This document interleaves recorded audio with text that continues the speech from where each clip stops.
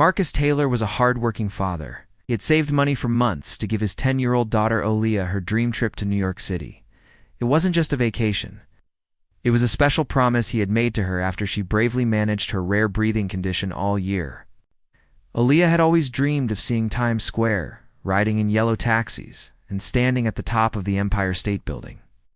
For Marcus, who had raised her alone after her mother passed away, this trip meant everything. He wanted to show his daughter the world. He wanted her to smile without worry. The morning of the flight was filled with excitement. Aaliyah wore a pink hoodie and carried her little travel bag that had stickers of stars and cartoon cats on it. She looked happy, full of wonder. Marcus had packed everything carefully: her medicine, doctor's notes, snacks, even a coloring book to keep her busy during the flight. He had spoken to the airline staff at the airport about her condition just to make sure everything would go smoothly. At the boarding gate, Marcus held her hand tightly. The flight was a little delayed, but when they were finally allowed to board, Aaliyah's face lit up. She kept asking questions about clouds and what it felt like when the plane takes off. Marcus smiled, telling her it would feel like magic. They found their seats near the middle of the plane. The seatbelt signs were on, and the engines began to roar. As the plane lifted into the air, Aaliyah looked out the window and gasped with joy. She was amazed by the view. Everything seemed perfect, but that joy didn't last long. About 20 minutes into the flight, Aaliyah's breathing began to change. Marcus noticed it first. She was holding her chest and taking short, sharp breaths. Her face lost its color, and a worried look replaced her earlier smile. He knew this wasn't normal. He reached into his bag and gave her the first dose of her emergency medicine, hoping it would help. He gently rubbed her back and whispered, "You're okay, sweetheart. I've got you." But Aaliyah's condition didn't improve. Her breaths became more shallow. Her eyes started to tear up, not from crying, but from the effort of trying to breathe. Marcus pressed the flight attendant call button. Once, twice, then again. After a few minutes, a flight attendant finally came over. She looked calm, almost bored. "Can I help you, sir?" she asked. "Yes, please. My daughter can't breathe properly. She has a medical condition. I need oxygen or someone who can help right now," Marcus said firmly. The attendant glanced at Aaliyah and gave a small frown. "She looks anxious. Maybe just have her relax. Kids sometimes get nervous during flights." Marcus shook his head. "No, it's not anxiety. I have her doctor's letter right here. Please get the oxygen tank or a medical professional." The attendant sighed and said she would check with someone before walking away without urgency. Marcus was stunned. His daughter was clearly in trouble, and the crew didn't seem to care. He looked around, hoping someone else might help. A few passengers nearby had started to watch, their faces showing concern. One woman asked, "Is she okay?" Marcus nodded politely, not wanting to panic anyone, but inside he was anything but calm. He gave Aaliyah a sip of water and held her close. Her tiny fingers clutched his shirt. Her breathing was fast, and her little body trembled. Glancing down the aisle, waiting for someone to return, but no one came. He pressed the button again. Finally, another attendant came, this time a man. Marcus repeated his request for help, this time louder.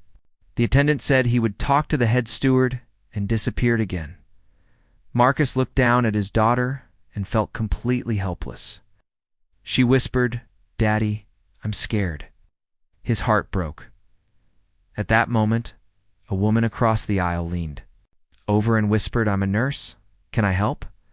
Marcus nodded quickly. She reached for her bag, but before she could get up, the first flight attendant returned and stopped her. "Ma'am, we have our procedures. Please stay seated." The nurse looked shocked. "But this child is in medical distress," she said. "I understand," the attendant replied in a cold tone. "But unless the captain authorizes emergency action, we are following protocol." Marcus couldn't believe what he was hearing. His daughter was turning pale. She needed help. And they were talking about protocols. He took out his phone and opened a chat with his friend David, who was a lawyer. He typed quickly, explaining the situation and asking for guidance. David responded within seconds, Document everything. Names, time, responses, film if needed.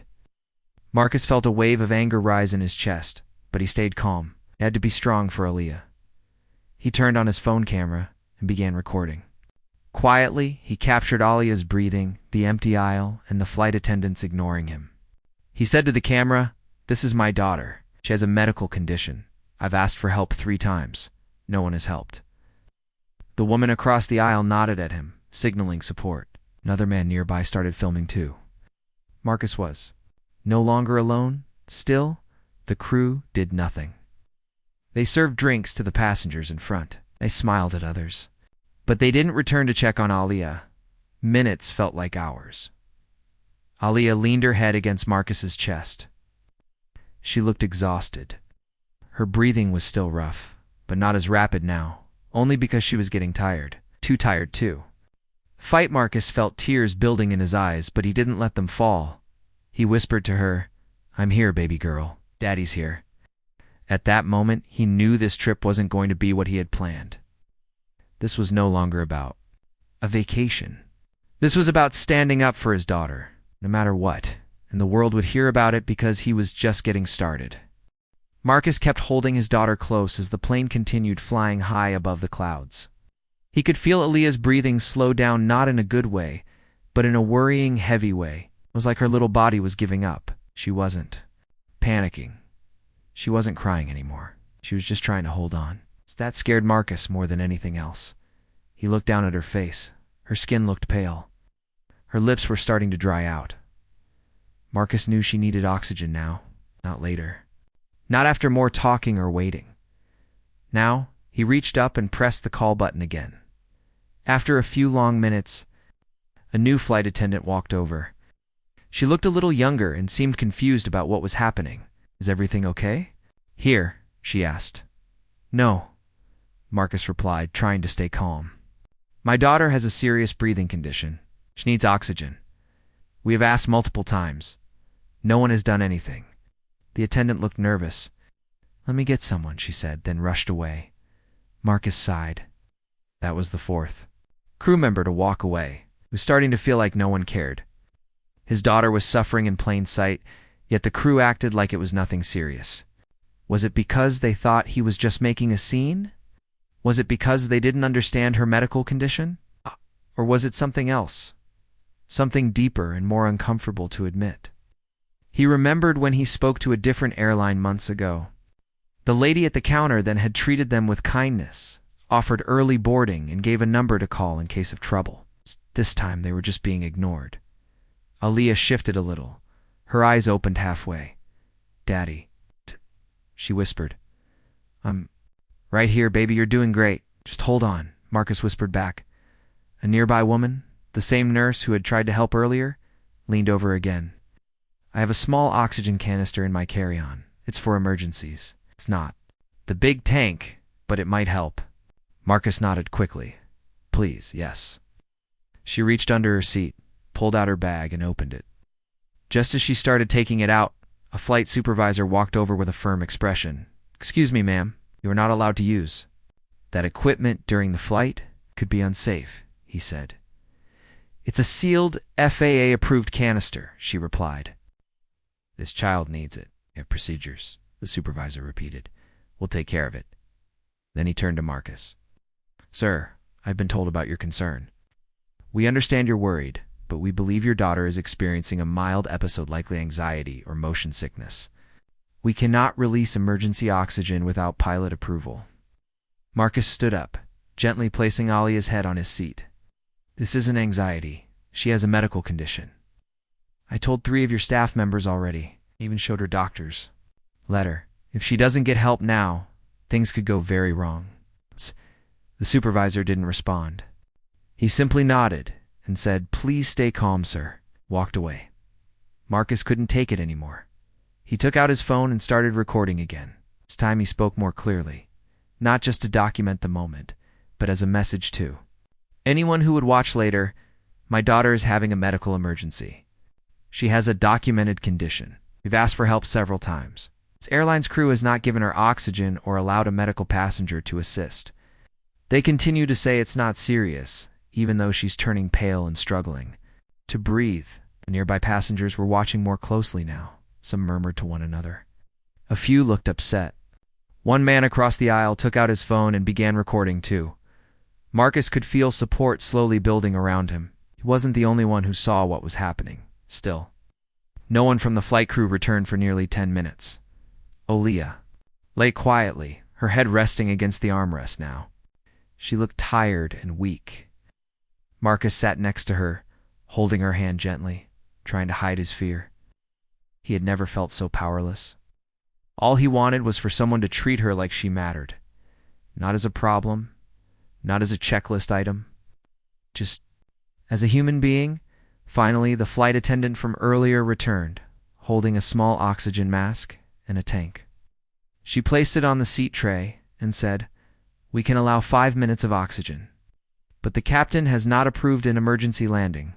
Marcus didn't say anything. He just grabbed the mask and gently placed it on Alia's face. She took one breath, then another. Her body relaxed slightly. He stroked her hair and whispered, "You're going to be okay." But inside, Marcus was filled with a mix of relief and rage. Why had it taken almost an hour of asking, explaining, and filming to get help? Why did a nurse have to be stopped when she was trying to assist? Why did the crew only respond after Marcus started documenting what they were doing? Marcus looked around at the passengers. Many were still watching. Some gave small nods of encouragement. One woman quietly mouthed, "We see you." He turned. Back to his phone, they gave her oxygen. After nearly an hour, after I filmed them, after she nearly passed out, this is not right. He opened a messaging app and sent everything to his friend David the lawyer. Photos, videos, descriptions. David replied within moments, "Call me the second you land. This is unacceptable. Get the names of every crew member involved. This isn't just about poor service. This is dangerous neglect." Aaliyah was still breathing through the mask. Her eyes opened again. This time she looked at her father and gave the faintest smile. That was all Marcus needed to know. He had made the right decision by not staying silent. He took a deep breath and stood up. He called for the supervisor again. When the man arrived, Marcus looked him straight in the eye. "I want to speak to the captain," he said firmly. The supervisor hesitated. "Sir, that's not allowed during." Marcus raised his hand. "Then, tell the captain that I will be filing a full report. I want this logged. I want every minute of this noted. And I want this flight cut short if my daughter's condition worsens again. If not, I will hold this airline legally responsible." The supervisor's face changed. He nodded and walked away without arguing. Marcus sat down and held Aaliyah again. He didn't yell. He didn't shout. But his quiet strength filled the cabin. The crew could feel it. The passengers could feel it. And soon the airline would too. Shall I continue with part 3 next? Marcus sat quietly beside his daughter, his hand gently holding hers. Aaliyah was now breathing through the small oxygen mask they had finally provided. Her face looked a little better, but she was still very weak. Every few minutes, Marcus would check her pulse, touch her forehead, and whisper softly, "You're doing great, sweetheart. Just a little longer." Inside, Marcus was boiling with frustration. It wasn't only about the oxygen. It was about how they had treated him as if he was overreacting, as if his daughter's pain didn't matter. He kept thinking, what if I hadn't recorded this? What if no one around me cared? Would they have just ignored her the whole flight? He looked around the cabin. Many passengers were watching him now. Some gave sympathetic looks. Others just stared silently. The nurse who had offered help earlier gave him a small thumbs up, as if to say, "You're not alone." Marcus checked the time. There were still over 2 hours left until they reached New York. He didn't feel safe waiting that long. Oh, what if Alia's breathing worsened again? What if the oxygen ran out? He stood up, calm but firm, and walked toward the front of the plane. A flight attendant tried to stop him. "Sir, you need to remain seated," Marcus interrupted. "I'm not trying to cause trouble. I'm asking to speak with the captain. Please let me explain something important." The flight attendant paused, then walked away toward the cockpit. A few minutes later, the flight supervisor returned, The captain can't come out right now, he said, but I've told him about your request. We're monitoring your daughter's condition. If anything becomes serious again, we may consider landing early. Now he suggests you keep her calm. Marcus nodded but replied she was calm. She was calm before she nearly passed out. I don't think you understand what that did to her, or to me. The supervisor looked uncomfortable but said nothing more. Marcus returned to his seat, pulled out his phone again and began writing a message to David, his lawyer friend. Still in the air, gave her oxygen after almost an hour, refused help. From a nurse, no apology. Trying to act like it's fine now. I have videos, David responded quickly. Good, keep documenting. Don't argue. Shh. Don't shout. Let them dig their own hole. Then Marcus had an idea. A bold one. He opened a video app and hit record. He looked into the camera and began speaking in a low, steady voice. My name is Marcus Taylor. I'm on flight 218 with my 10-year-old. Daughter Aaliyah, she has a rare respiratory condition. She had a medical emergency mid-flight. Asked for help multiple times. I showed proof. The flight crew refused to assist. A nurse tried to help. She was stopped. Only after I started filming did they bring oxygen. She could have passed out or worse. I want people to know this happened. It's happening now, and I'm not staying silent. Ended the video and sent it to David, who replied this. We'll go viral. Just wait. Passengers nearby started whispering again. One of them leaned forward and quietly said, You did the right thing. Another tapped his shoulder and asked if he needed anything. Even those who had been silent before were now beginning to feel the weight of the situation. A few seats behind Marcus, a young woman had been quietly recording everything on her own phone. She leaned over and asked, Would it help if I send you my video too?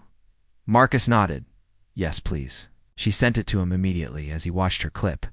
He saw clear footage of him asking for help. The crew walking past, and the nurse being told not to assist. It was undeniable proof. That's when Marcus made his decision. He opened his phone again, attached the videos, and uploaded the clip to social media with the caption. Flight crew ignored my daughter's medical emergency. Took nearly an hour. To help nurse was stopped. Here's what really happened. He hit post. Within minutes, the video started getting views. Comments poured in. People were shocked, angry, supportive. I hope she's okay. This is heartbreaking. This happens more than we think. Stay strong, Dad. They need to be held responsible. Marcus sat back in his seat and looked at Aaliyah. She was still resting, the oxygen mask now hanging loosely near her chin. Her breathing was steady but tired. He looked up and noticed the supervisor returning again. This time his face looked different, more serious. Maybe even a little nervous. Mr. Taylor, he said, the captain has been updated again. We've decided to contact the nearest airport.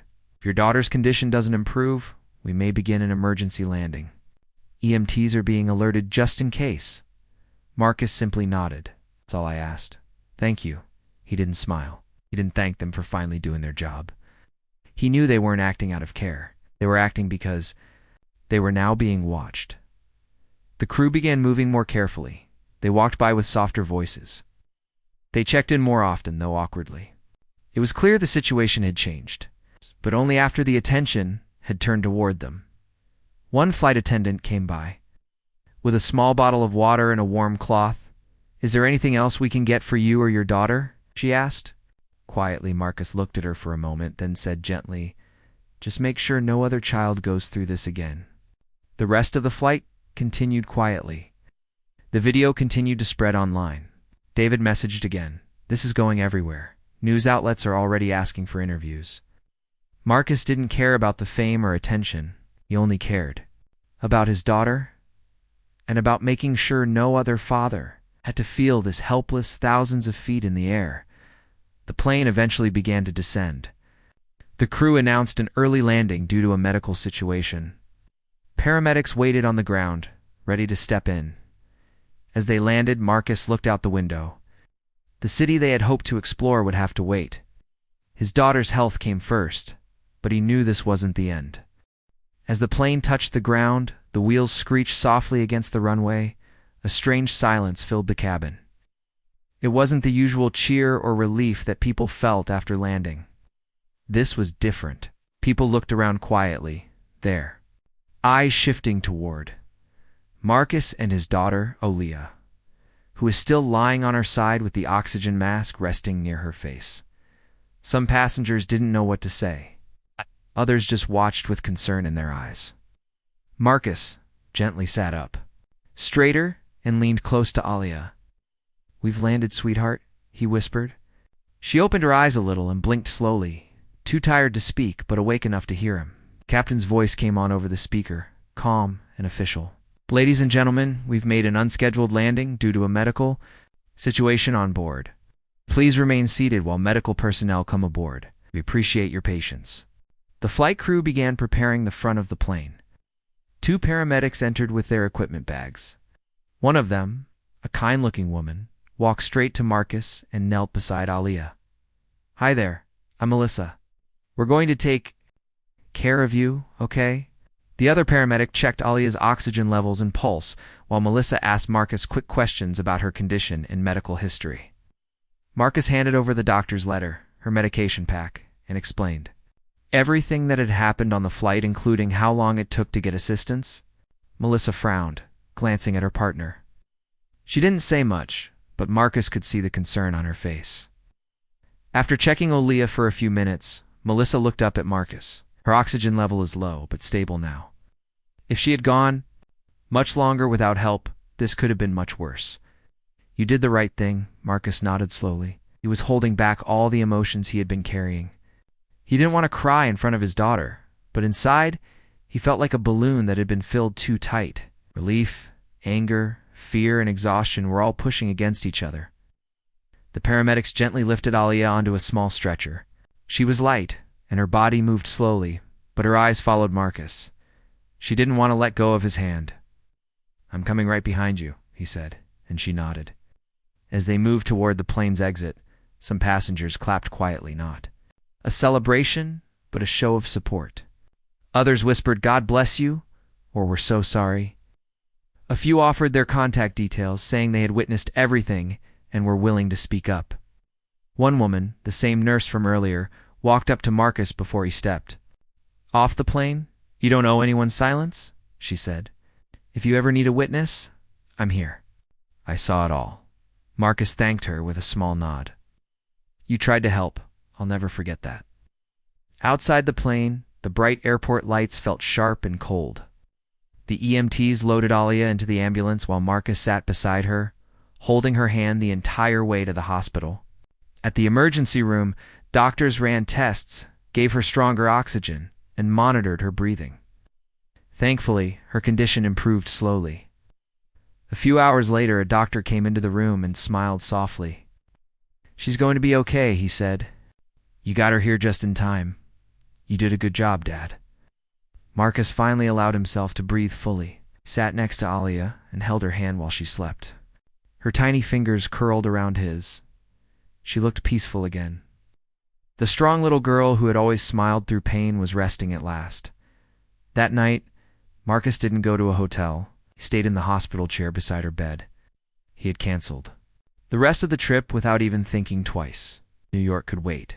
His daughter's health came first, and more than that, he had a new purpose now.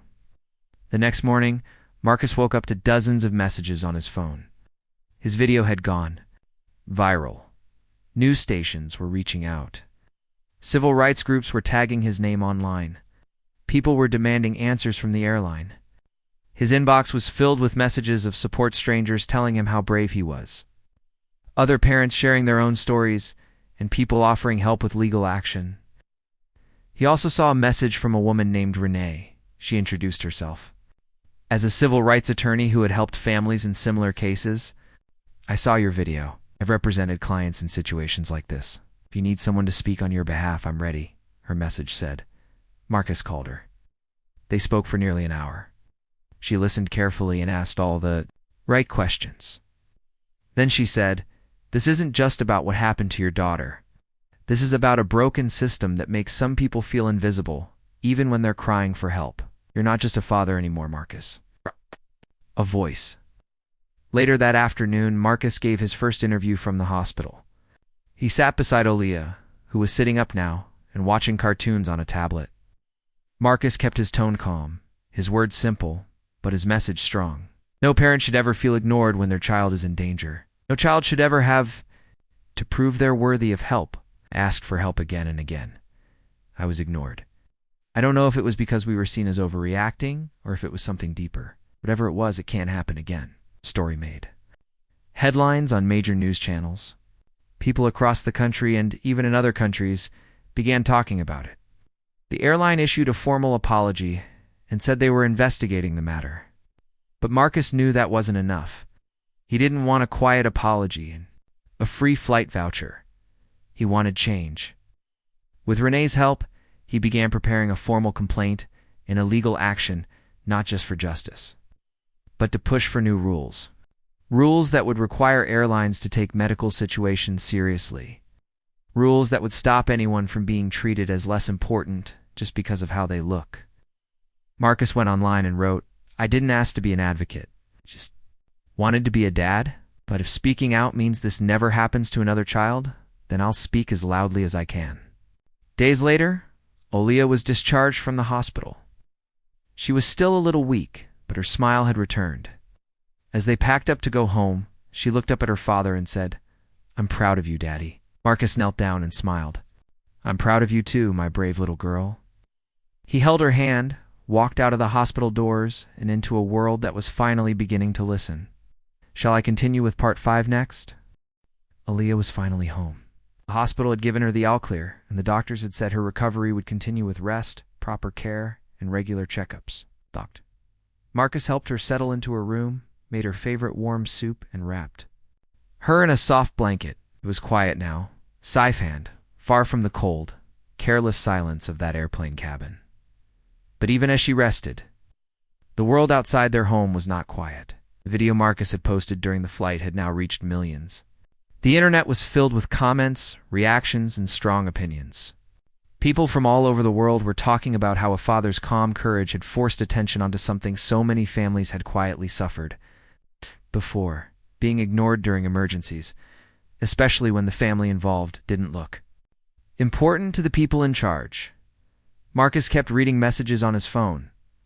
Some were from other parents.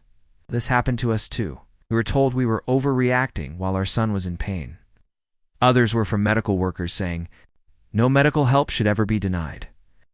Your daughter deserved better." And some were from people he didn't expect, pilots, flight attendants, even airline workers who wrote privately to say they supported him and that the system needed change. News outlets wanted to interview him. Journalists called every day. Some reporters came to his neighborhood asking for a comment. At first, Marcus wasn't sure he wanted to be in the public eye. He didn't seek attention, hadn't posted the video to go viral. He did it because he was scared for his daughter and had no one else to turn to. But after days of thinking and long talks with Aaliyah and his lawyer Renee, Marcus made a decision. He would speak, not for fame, not for revenge, but for change. He agreed to sit down for one major interview. A small news station visited their home and set up a simple camera in the living room. Aaliyah sat quietly next to him, holding his hand. When the reporter asked, "Why did you decide to come forward?" Marcus answered in his steady voice, "Because I realized this wasn't just about my daughter. It was about how many others are treated the same way, ignored, brushed aside, or labeled as overreacting just because someone doesn't take them seriously. I want this to stop with us. I want no parent to feel what I felt on that plane." The interview aired that evening. It spread fast. It wasn't loud or dramatic. It was honest. And that honesty touched people. More stories began to surface from families who had similar experiences on flights, in hospitals and schools. Some stories were years old, but the pain was still fresh. Marcus's voice had opened a door others had long felt was closed. Soon, airline officials requested a meeting with Marcus and Renee. They wanted to talk not in a courtroom, but face-to-face. Marcus agreed, but only under one condition. The conversation would be about solutions, not apologies. At the meeting, airline representatives listened as Marcus calmly retold what happened on the flight. He shared not just his emotions, but practical suggestions. better training for handling real medical emergencies, allowing certified medical professionals among passengers to step in, special support for parents traveling with children who have known health conditions, and perhaps most importantly, better bias awareness and response training, so that no one is treated as unimportant or unbelievable based on appearance alone. To everyone's surprise, the airline agreed. They promised to work with healthcare professionals, flight staff, and travelers to improve their emergency response procedures. They also committed to a review of the crew's actions on that flight. But Marcus didn't stop there. With Renee's help, he began working with a nonprofit organization that focused on travel safety and racial equity. Together, they launched an awareness campaign called Every Voice, Every Breath. It was designed to teach people their rights while traveling, encourage reporting of medical neglect, and push for fair treatment for all passengers, no matter their background. Aaliyah even drew the campaign's logo, a small heart inside an airplane. It was simple but powerful, just like the story behind it in schools, churches, community centers, and even online webinars. Marcus spoke with parents, teachers, nurses, and pilots. His calm, respectful way of explaining what happened made people listen. His story wasn't angry, it was full of truth, and it made people think about how they'd treat someone in trouble. Whether on a plane or anywhere else, months passed. The airline announced updates to its crew training program. It started new lessons on handling medical emergencies. Flight attendants now learned how to recognize real distress in both children and adults, and how to act quickly without waiting. For a captain's word, Leah's story was even used in a training video with her and Marcus's permission. One day, Marcus and Aaliyah were invited to visit a school where students had watched the video and learned about speaking up. Teacher said, "You helped these kids understand what kindness and courage look like." As they stood in front of the classroom, a small boy raised his hand and said, "I would have given her oxygen if I was there." Marcus smiled, tears gently filling his eyes. "Thank you," he replied. "That's all anyone had to do." As life slowly returned to normal, Marcus never stopped being a father first. He took Aaliyah to her follow-up appointments, helped her with homework, and told her bedtime stories. They didn't make it to New York that year. They planned a new trip, not for sightseeing, but to speak at a conference where doctors and flight safety experts would gather. Aaliyah wanted to go and tell her side of the story, even if just for a few minutes. She had grown stronger, not just in her health, but in her heart. When they finally did take that next flight months later, the airline welcomed them with care. The crew knew who they were. They checked in often, not out of fear, but out of genuine concern. During the flight, Leah leaned toward the window and whispered, "I'm not scared this time." Marcus looked at her and replied, "That's because you helped change their sky." Back on the ground, people continued to share their own stories, and every voice, every breath grew stronger. Marcus's one choice to speak out had opened a path for so many others, and in the quiet moments at home, when no cameras were around, Marcus would hold Aaliyah's hand and say, "That day wasn't just about what they didn't do, it was about what we did together." Their story wasn't just a moment. It became a movement, and it reminded the world that even a soft voice, when spoken with love and truth, can make the world listen. Would you like me to help with the image prompt description? Now for this story title.